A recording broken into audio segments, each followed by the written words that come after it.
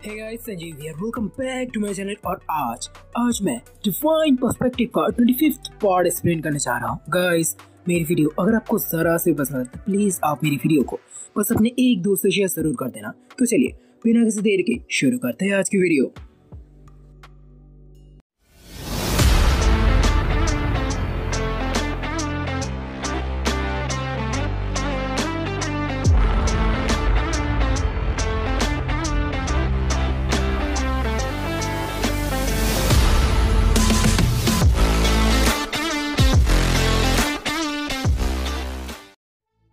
तो गाइस, पिछले पार्ट के आखिर में हम सभी लोगों ने देखा था कि टॉर्च एसोसिएशन अपने भैया के खिलाफ रच रहा था षड्यंत्र।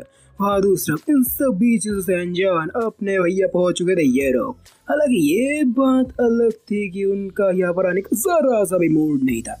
अगर मिस्टर माइकल के कहने पर यूनर ने उन्हें जोर ना दिया होता तो यहाँ पर कदापि नहीं आते, और वो भी अपनी यूनर मैडम की बात को कैसे टाल सकते थे। तो उनकी अच्छी खासी पिटाई ना हो जाती। बहरहाल जब वो दोनों एक साथ बातें कर ही रहे थे तभी वहाँ पर आ सकते मिस्टर माइकल। हालांकि ये बात अलग था कि मिस्टर माइकल ने तो अपनी यूनर मैडम की तरफ जरा सा भी भाव नहीं दिया और अपने भैया को देखकर खुश हो जाते। ओ ये तुम आ गए, बहुत अच्छे, मैं कब से तुम्हारा इंतजार कर रहा था। इसके बाद मिस्टर माइकल असली वजह बताने लगते हैं। असल में मिस्टर माइकल के बॉस निकोलस कैली 2 दिन से एक अजीब बीमारी से ग्रस्त हो चुके हैं। उनकी पूरी बॉडी पैरालाइसिस हो चुकी है। इसी वजह से उन्होंने अपने भैया को यहाँ पर बुलाया था। अपने भैया को पता था कि पूरे यूरोप में मिस्टर माइकल कितनी बड़ी हस्ती है और उनका बॉस तो उससे भी ज्यादा पावरफुल होगा। इस बात का रियलाइज होते ही अपने भैया समझ जाते हैं कि मामला कितना ज्यादा सीरियस है, इसलिए वो तुरंत ही वहां पर जाने लगते हैं। वहाँ दूसरा एक बड़े से कमरे के बेड पर मिस्टर माइकल लेटे हुए थे। उनकी पूरी बॉडी इस वक्त पैरालाइसिस थी और उनके सामने खड़ा हुआ डॉक्टर उन्हें बोल रहा था, सर आप चिंता मत कीजिए, आपकी बीमारी हो सकता है कॉम्प्लिकेटेड हो, लेकिन हम उसे पूरी तरह से ठीक कर देंगे। असल बात तो ये था कि इस डॉक्टर के बच्चे को मिस्टर माइकल की बीमारी के बारे में इतना सही पता नहीं चला था कि आखिरकार उन्हें हुआ क्या है। लेकिन इज्जत का सवाल है, कुछ तो बोलना ही पड़ेगा। जब वो दोनों ऐसे बात कर ही रहे थे तब भी वहाँ पर आ जाते मिस्टर माइकल। आते ही वो हड़बड़ाते हुए कहते, सर मैं मिस्टर यान को ले आया, the best traditional Chinese doctor. ये सुनते ही तो डॉक्टर को अच्छा सत्ते में आ जाता है। नहीं, चाइनीज डॉक्टर फ्रॉड होते हैं। वो ऐसा बोलता कैसे नहीं, उसकी काबिलियत पर सवाल जो उठाए जा रहे थे। लेकिन मिस्टर माइकल तो उस डॉक्टर के बच्चे पर बिल्कुल भी भाव नहीं देते, क्योंकि अब तो उनका पूछ कर भी मुंह भी दर्द करने लगा था। लेकिन ये डॉक्टर का बच्चा तो उनकी बीमारी के हमें बताने के लिए कुछ तैयार ही नहीं था। वो मिस्टर कैली से कहते, सर आपने मेरी बीमारी को देखा था जिसे कोई भी डॉक्टर ठीक नहीं कर पाया, लेकिन यह ने ना ही सिर्फ मेरी बीमारी को पहचाना बल्कि 5 मिनट के अंदर मुझे पूरी तरह से ठीक भी कर दिया। मिस्टर माइकल की बात सुनकर मिस्टर कैली को भी एक उम्मीद नजर आने लगती है, इसलिए वो उसे परमिशन दे देते हैं। असल बात तो ये था कि इतने सालों तक इतने बड़े पोस्ट पर रहने की वजह से मिस्टर कैली को इंसानों की अच्छी खासी पहचान हो चुकी थी और डॉक्टर के एक्सप्रेशन को देखकर वो भी समझ चुके थे इस डॉक्टर से तो भाई कुछ होने नहीं वाला। ये सुनकर वो डॉक्टर का बच्चा तो फिर से सत्ते में आ जाता है और हजारों एक वजह देने लगता है। लेकिन अब तो मिस्टर माइकल की सटक चुकी थी, इसलिए वो उसके कान के नीचे धर के दे देते हैं, अब चलो यहाँ से। इसके बाद वो अपने भैया को इज्जत से आगे ले आते हैं और अपने भैया को भी अपने मेडिकल नॉलेज के दौरान तुरंत ही पता चल जाता है कि उन्हें कौन सी बीमारी हुई है। इस बीमारी का नाम है ज़ॉम्बी डिजीज। इस बीमारी का नाम सुनकर वो डॉक्टर का बच्चा फिर से मान लगता है अपने भैया को ताना, क्योंकि उसके पूरे मेडिकल लाइफ में आज तक उसने इस बीमारी का नाम नहीं था जाना। लेकिन अपने भैया उस डॉक्टर के बच्चे को करते थे टोटल इग्नोर और करने लगता है मिस्टर कैली की तरफ गौर और तुरंत अपनी सुइयां निकालकर अपने इलाज शुरू कर देते। जैसे अपने भैया की स्पिरिचुअल एनर्जी उन सुइयों के जरिए मिस्टर कैली के शरीर में जा रहा था, वैसे उनके शरीर में तेज जलन उठ रहा था। ऐसा जलन उन्होंने पहले कभी महसूस नहीं किया था। वो जोर से चीख उठे, लेकिन अगले ही पल वो पूरी तरह से ठीक भी हो जाते हैं। अपने आप को पूरी तरह से सही कंडीशन में देखकर मिस्टर कैली के साथ साथ मिस्टर माइकल भी बहुत ज्यादा खुश हो जाते हैं। इसके बाद वो अपने भैया को दिल से थैंक यू बोलते हैं। अब उन्हें ये पूरा विश्वास हो चुका था कि एक्यूप्रेशर थेरेपी भी बहुत ज्यादा इफेक्टिव होता है। चाहे एक तरफ खुशी का माहौल था, वहाँ दूसरी तरफ डॉक्टर के बच्चे को ना सदमा सा लग चुका था, जिस दौरान वो नहीं रख पाता अपने ऊपर और ज्यादा कंट्रोल और निकल जाता है उसका सारा झोल। असंभव, ये कैसे हो सकता है? मैं और मेरी टीम ने दिन रात मेहनत करने के बाद भी इस बीमारी की जड़ का पता नहीं लगा पाया, और इसने इतनी जल्दी ये कैसे कर दिया। और उस डॉक्टर के बच्चे की बात सुनकर मिस्टर माइकल तो गुस्से से बावला हो जाता है और उसके कान के नीचे धड़के ही देते हैं। देखते क्यों नहीं, उनका गुस्सा जायज था, क्योंकि अगर वो इस डॉक्टर के बच्चे के भरोसे रहते तब तो वो बहुत पहले स्वर्ग से डर जाते। इसके बाद वो अपने भैया की तरफ मुड़ते हैं और देते हैं उन्हें फुल इज्जत। दोस्त, तूने मेरी जान बचाकर मुझ पर बहुत बड़ा एहसान किया है। मैं वादा करता हूँ कि जब तुझे जरूरत पड़ेगी तब तो तेरे लिए हम अपनी जान में निछावर कर देंगे।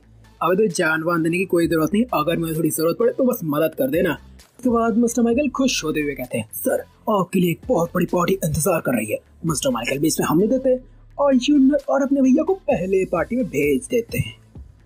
और दूसरा, मिस्टर कैली के पार्टी में एक पर्पल ड्रेस और पीले बालों वाली लड़की मौजूद। लड़की दिखने में काफी ज्यादा खूबसूरत थी और उसका फिगर भी था काफी ज्यादा मैग्नेटिक। बाकी सभी लड़कियों के मुकाबले वो दिख रही थी सबसे ज्यादा अट्रैक्टिव। तो अभी उसकी तारीफ कर रहे थे, मैम आज आप देखने में बहुत ज्यादा खूबसूरत लग रही है। मैडम में अपनी तारीफ सुनकर खुश हो जाती है और थोड़ा विनम्र होते हुए कहती है, अरे नहीं आप तो मेरी बेकार में ही तारीफ कर रहे हैं। लेकिन मैडम को क्या पता कि उनकी खुशी है बस कुछ पल की, क्योंकि कुछ ही देर में उनके ऊपर भारी पड़ने वाली है उनकी एक गलती। तभी वहाँ पर मिस्टर कैली की कार आ जाते हैं, जिसे देखकर सभी बहुत ज्यादा एक्साइटेड हो जाते हैं। होते क्यों नहीं, मिस्टर कैली यूरोप का सबसे ज्यादा अमीर इंसान है। उनसे मिलने के लिए कौन ज्यादा बेताब नहीं होगा। पहले कार से मिस्टर माइकल बाहर आते, उसके बाद मिस्टर कैली के कार से बाहर आते अपने यैन भैया और यूनर, जिसे देखकर सभी तो एक पल के लिए भटके रह जाते। लेकिन अगले पल जैसे ही सबको एहसास होता है कि वो दोनों जब मिस्टर कैली के पर्सनल कार से बाहर आए, इसका मतलब वो मिस्टर कैली के बहुत ज्यादा करीबी हो सकते हैं। वैसे ही वो उन दोनों को दे देते सारा स्पॉटलाइट और उनसे मिलने के लिए करने लगते हैं आपस में फाइट। वह दूसरा अपनी स्पॉटलाइट को ऐसे चिंते देख वो पीले बालों वाली मैडम जिसका नाम ऊफी है, वो तो गुस्से से आग बबूला हो जाती है। गुस्से से पगलाया मैडम दहाड़ते हुए कहता है, अबे साले कौन किसकी इतनी हिम्मत हुई कि मेरी स्पॉटलाइट छीन ले। इसके बाद वो भीड़ में रास्ता बनाते हुए पहुंच जाते अपने भैया और यूनर के पास।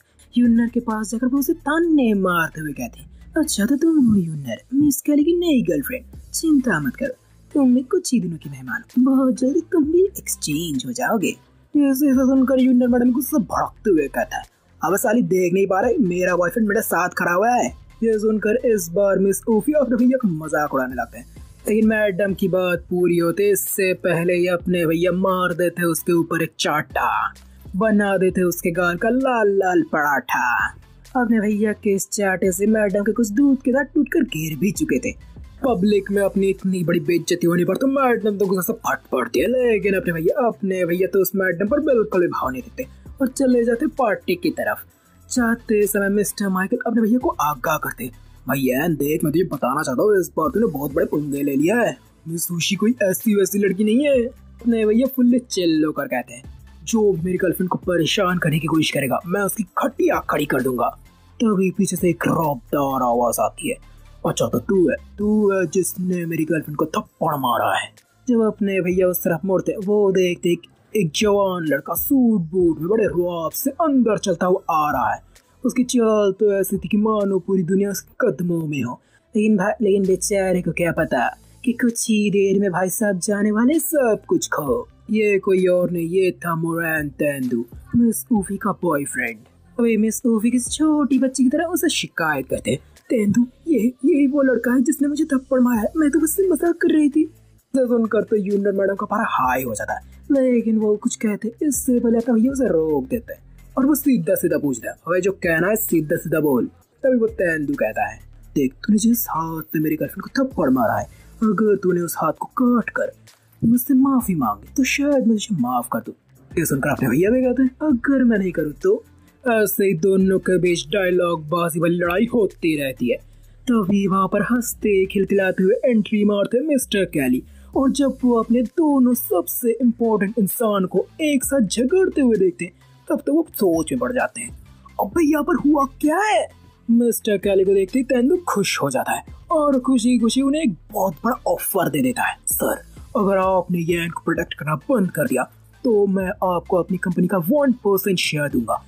ये सुनकर सबके तोते उड़ जाते हैं क्योंकि मोरैन कंपनी का 1% शेयर भी करोड़ों में है। और अपने लिए तेंदु को इतनी बड़ी कीमत चुकाते देख मिस उशी की तो छत्ती फूल जाती है। वो देने लगती है तेंदु को हजारों दुआ, लेकिन बेचारे को क्या पता कि कुछ देर बाद वो उसे देने वाली है हजारों बद्दुआ। लेकिन वहाँ दूसरी तरफ इस ऑफर को सुनकर मिस्टर कैली बिल्कुल भी एक्साइटेड नहीं होती, बल्कि वो समझाने लगते हैं तेंदु तुम्हें जरा गलतफहमी हुई है, मैं यान को प्रोटेक्ट नहीं कर रहा हूँ। यह सुनते ही तेंदु खुश हो जाता है और खुशी खुशी फिर से बोल लगता है और तेंदु को अपनी बातों को ऐसे बीच में काटते तो मिस्टर कैली की भी सटक जाती है। वो धाड़ते हुए कहता है अबे चपड़ा गंजू मेरी बात पूरी तो सुन, मैं यान को प्रोटेक्ट नहीं कर रहा हूँ, बल्कि यान वो इंसान है जिसने मेरी जान बचाई है। और ये सुनकर पब्लिक को शौक नहीं बल्कि महाशौक लग जाता है। सभी सोचने लगते कि आखिरकार अपने भैया है तो है कौन। तेंदु को भी ये बात विश्वास नहीं होता। वो फिर से मिस्टर कैली से कंफर्मेशन मांगता है। मिस्टर कैली फिर से इसमें हामी देते हैं और बड़ी गंभीर हाव भाव के साथ कहते हैं देखिए मिस्टर तेंदु, हमें नहीं लगता कि अब हमारे बीच फ्यूचर में कोई बिजनेस डील हो सकता है। यह सुनकर तुम्हारे तेंदु को सदमा सा लग जाता है। उसे यकीन नहीं होता। वो तुरंत ही कहता है सर क्या आप चाइनीज मार्केट में इंटर नहीं करना चाहते। यह सुनकर पहले तो मिस्टर कैली थोड़ा सा मुस्कुराते हैं और कहते हैं मिस्टर तेंदु शायद आप कुछ ज्यादा ही कॉन्फिडेंट हो रहे हैं, आपके अलावा मैं किसी और की मदद से भी चाइना मार्केट में एंटर कर सकता हूँ। उसके बाद वो सभी के सामने ये बात अनाउंस करते हैं गाइस मैं अपने सभी लोगों को ये बात इन्फॉर्म करना चाहता हूँ कि आज से हमारे मोरैन फैमिली के साथ जितने भी सारे कॉर्पोरेशन जितने भी सारे डील्स मौजूद है वो सभी आज से खत्म हो गए। ये सुनकर मिस ऊफी तेंदु के पास आकर कहती है तेंदु ये क्या हो गया हमारे साथ। लेकिन तेंदु तो भड़के हुए थे क्योंकि ये सब कुछ उसकी वजह से हुआ था, इसलिए वो उसके कान के नीचे धड़के दे देते और अपने भैया को दौड़ते हुए कहते यार मुझे पता है तुम मार्शल आर्ट भी जानते हो, अगर तुम में दम है तो फाइट कर मुझसे। लेकिन अपने भैया तो उनकी बातों में बिल्कुल भाव नहीं देते और अपने दोस्तों के साथ बातें करने लगते हैं। अपनी इतनी बड़ी बेइज्जती होने पर तेंदु बन चुका था गुस्सैल सांड। देना चाहता था वो अपने भैया को टुकड़ों में फाड़ या फिर उससे भी ज्यादा उन्हें जिंदा गाड़। वो तुरंत अपने भैया के ऊपर हमला कर देते हैं। ये देखकर मिस्टर माइकल, कैली और यूनर बहुत ज्यादा घबरा जाते हैं। लेकिन अपने भैया इतने बड़े बड़े फाइटर से फाइट करने के बाद ये था उनके सामने बस एक धूल। तेंदु कुछ और नहीं था, एक ब्लडी फूल। इसलिए वो तुरंत पीछे से ही एक किक मार देते हैं और उनकी बस एक ही किक से तेंदु का हाल पूरी तरह से बेहाल हो चुका था। उसके दांतियान बर्बाद होने से वो अपनी पावर्स भी अब पूरी तरह से खो चुका था। दूसरा मोरैन फैमिली के इतने सारे लॉसेस की खबर मोरैन फैमिली का सबसे टैलेंटेड यंग मास्टर मोरैन तेंगुआन को भी पता चल चुका था। जिसके बाद अपने लोगों को वहां से भेजने के बाद मोरैन तेंदु बड़े शांत स्वर में पूछते हैं अब जो कोई बाहर आ जा, हाइड एंड सीक खेलने की कोई जरूरत नहीं। तभी बाहर आते हमारी हॉट ब्लैक विडो और बुद्धा की वो सस्ती कॉपी। अपनी फैमिली की इतनी बड़ी बेइज्जती होने पर थिंक पॉइंट बहुत ज्यादा भड़का हुआ था, इसलिए वो बड़े गंभीर हाव भाव के साथ कहता है अब जो कुछ बोलना सीधा सीधा बोल, इतना ज्यादा घुमाने की कोई जरूरत नहीं। और तेंगुआन को ऐसे बात करते थे बुद्धा की वो सस्ती कॉपी भड़क जाता है। लेकिन ब्लैक बर्ड से तुरंत शांत करवाता है और उसके सामने ले आता है एक पिल और अपने कातिलाना अंदाज में कहता है तेंगुआन देखो ये सिर्फ असर नहीं तुम्हारा बल्कि टॉर्सोरेशन का भी दुश्मन है, इसलिए ये खास तरह की पिल है जो तुम्हारी ताकत को कुछ समय के लिए बढ़ा देगा। तभी तेंगुआन भी रुआब से कहता है अबे मुझे इसकी कोई जरूरत नहीं। लेकिन ब्लैक विडो इसका कोई जवाब नहीं देता और बुद्धा की वो सस्ती कॉपी के साथ वहां से तुरंत निकल लेता है। तेंगुआन भी अपने भैया को हराने में कोई भी कसर नहीं छोड़ना चाहता था, इसलिए वो भी उस पिल को रख लेता है। वह दूसरा टॉर सिचुएशन में ब्लैक विडो अपने बाल संभाल रही थी। तभी बुद्धा की वो सस्ती कॉपी पूछता है अबे तुझे क्या लगता है तेंगुआन यान को हरा सकता है। तभी मैडम भी कहता है हो सकता है, अगर ये कर पाया तो इसमें तो हमारा ही फायदा है। इसके बाद वो उस बुद्धा की सस्ती कॉपी को अपने पास बुला लेता है और अपने कातिलाना अंदाज में पूछती है क्यों ना एक और राउंड हो जाए। ये सुनकर तो बेचारे की घिक्की बन जाती है क्योंकि इन महारानी का भी स्टेमिना था अपनी यूनर मैडम की तरह काफी ज्यादा लंबा, इसलिए बेचारे उन महाशय का लटक गया था डंडा, इसलिए वो तुरंत वहां से भग लेता है और मैडम भी उसे गुस्से से गाली देता रहता है। वह दूसरा मिस्टर कैली के फिल्म में मौज कट रही थी। अपने भैया यूनर, मिस्टर कैली, मिस्टर माइकल चारों मिलकर पार्टी में मौज मना रहे थे। इन तभी वहां पर आ जाता है एक बंदा और तेंगुआन के साथ फाइट की नोट ले आता है। अपने भैया को पता था कि मोरैन फैमिली की इतनी बड़ी बेइज्जती होने पर वो चुप नहीं बैठेंगे, इसलिए वो इसके लिए पहले से ही तैयार थे और वो तुरंत इस फाइट के लिए हामी दे देते हैं। ये सुनकर वहाँ पर मौजूद तीनों ही बहुत ज्यादा घबरा जाते हैं। वो अपने भैया को समझाने लगते हैं, अबे तूने ये क्या किया? मोरैन टैंकवांग यंग जनरेशन का सबसे टैलेंटेड बंदा है, उसके सामने आज तक कोई भी नहीं टिक पाया। अपने भैया को पता था कि उनके आसपास लोग मौजूद उनका भलाई चाहते हैं, लेकिन अपने भैया उन सभी को शांत करवाता है। अबे चल मारो यार, मैं इसके लिए पूरी तरह तैयार हूँ। देखते ही देखते अगला दिन भी आ जाता है। पहले फाइट के एरिना में पहुंच चुका था मोरैन टैंकवांग। टैंकवांग को देखते सभी बड़ी गर्मजोशी से उसका स्वागत करता है और लड़कियां तो मानो खुशी से बावली हो जा रही थी।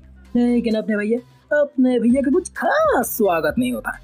लेकिन टैंकवांग इसकी तरफ बिल्कुल भी भाव नहीं देता। वो तो अपने भैया के साथ सीधा सीधा फाइट करना चाहता था, इसलिए वो तुरंत ही उछलते हुए खड़ा हो जाता है एक लोटस के पत्ते के ऊपर, जिसे देखकर पब्लिक भी उसकी वाह वाह करने लगता है। लेकिन अपने भैया भी कहाँ काम थे। वो तो उछलते हुए जाकर किसी लोटस के पत्ते के ऊपर नहीं बल्कि सीधा पानी के ऊपर खड़ा हो जाता है, जिसे देखकर सभी के तोते उड़ जाते हैं। अब सभी समझ जाते हैं कि अपने भैया कोई लल्लू पल्लू नहीं है। इसके बाद शुरू हो जाता है दोनों के बीच लड़ाई। टैंकवांग अपने भैया को कोई मौका नहीं देना चाहता था, इसलिए वो तुरंत ही अपने भैया के ऊपर हमला कर देता है, जिसका नाम था लॉयन टाइगर रोर। अपने भैया भी अपना अटैक करते हैं, जिसका नाम था ड्रैगन लायन फ्यूजन रोर। और जैसे दोनों के हमले एक दूसरे टकराते हैं, वहां पर एक बहुत बड़ा धमाका होता है। उस बड़े से धमाके के बाद तो अपने भैया टकाटक मस्त खड़े थे, लेकिन टैंकवांग उसकी हालत कुछ खास अच्छी नहीं थी, जिसे देखकर पब्लिक भी साइलेंट हो जाते हैं।